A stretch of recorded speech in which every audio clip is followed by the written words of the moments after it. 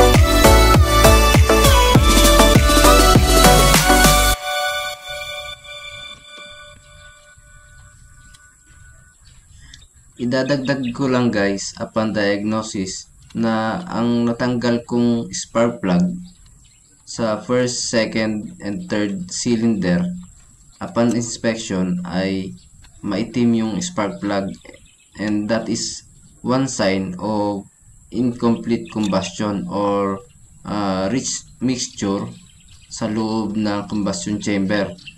So nagkataon din na upon removal ng fuel injectors, yung tatlo din na designated sa first and second and third cylinder ay maling injector ang nakakabit. Okay? At yung fourth cylinder guys ay maayos naman ang spark plug upon inspection. Okay guys, mabuti na lang nakita ko rin. Mali ang timing. Bali isang ngipin ang sablay ng timing nito. So kahit na anong habol nila ng advance at retard dito sa distributor ay hindi pa rin tumino. So sobrang taas ng RPM at saka minsan mapalag. So sometimes hard starting din. Yun ang cost ng ano ng isa yun sa cost ng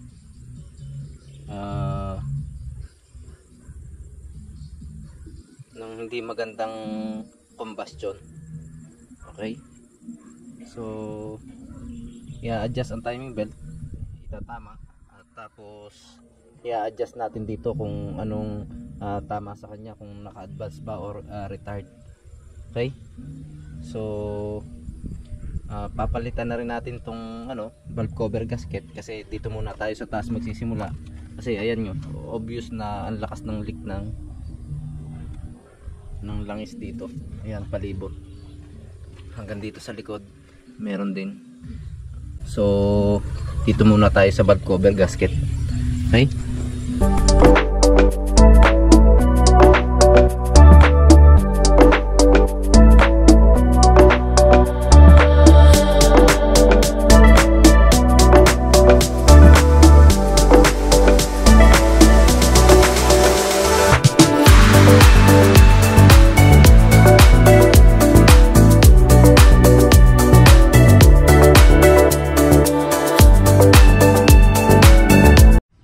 Okay, start.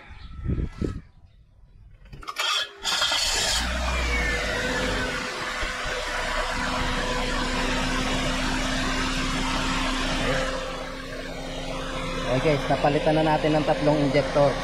So red natin. Medyo ito concern din ng customer kong belt na to. Umiingay daw bagong palit ang belt. So later na yan natin gagawin. So dito muna tayo sa concern ng customer, main concern ng customer na black smoke. So okay ang minor niya, na-adjust na natin. So meron ditong adjustment valve. Pagkatapos napalitan ng tatlong injector sa injector number 1, 2, and 3. And in-adjust natin dito yung idle speed. Yan. I-rev natin. Yan. Mapansin nyo, responsive ang makina. Okay? Tsaka hindi masyadong mataas ang minor. At tsaka hindi din nag-erratic ang idling. So kahit i-rev natin, stable ang makina. Okay? So tingnan natin ang tambutso guys. Kung may black smoke pa rin. Okay, rev. Ayun, wala na guys. Rev. Ayun. Okay. So dati-rati guys, ang itim ng usok na lumalabas dyan. Itim na itim, ang kapal ng maitim na usok na lumalabas dyan sa tambutso na yan. At saka ngayon guys, merong pumapatak na tubig na. It means it's a good sign of combustion. Ayan. Although dati kasi maitim ang usok na lumalabas dito sa tambutso niya, kaya medyo maitim yung yung may kasamang maitim yung tubig na pumapatak. Pero ngayon may tubig na, it means it's a good sign of combustion. Yung black smoke kasi guys ay product yun ng incomplete combustion, yung hindi maganda ang sunog ng air and fuel mixture. So since napalitan natin yung injector na itama yung timing, at saka na-adjust natin ang minor, bali nilinis ko na rin yung spark plug at saka yung air filter guys. Importante, kailangan malinis. Medyo marumi itong air filter pero nilinisan ko na. Ano pa? Ito nga pala guys yung tatlong injector na pinalitan natin. So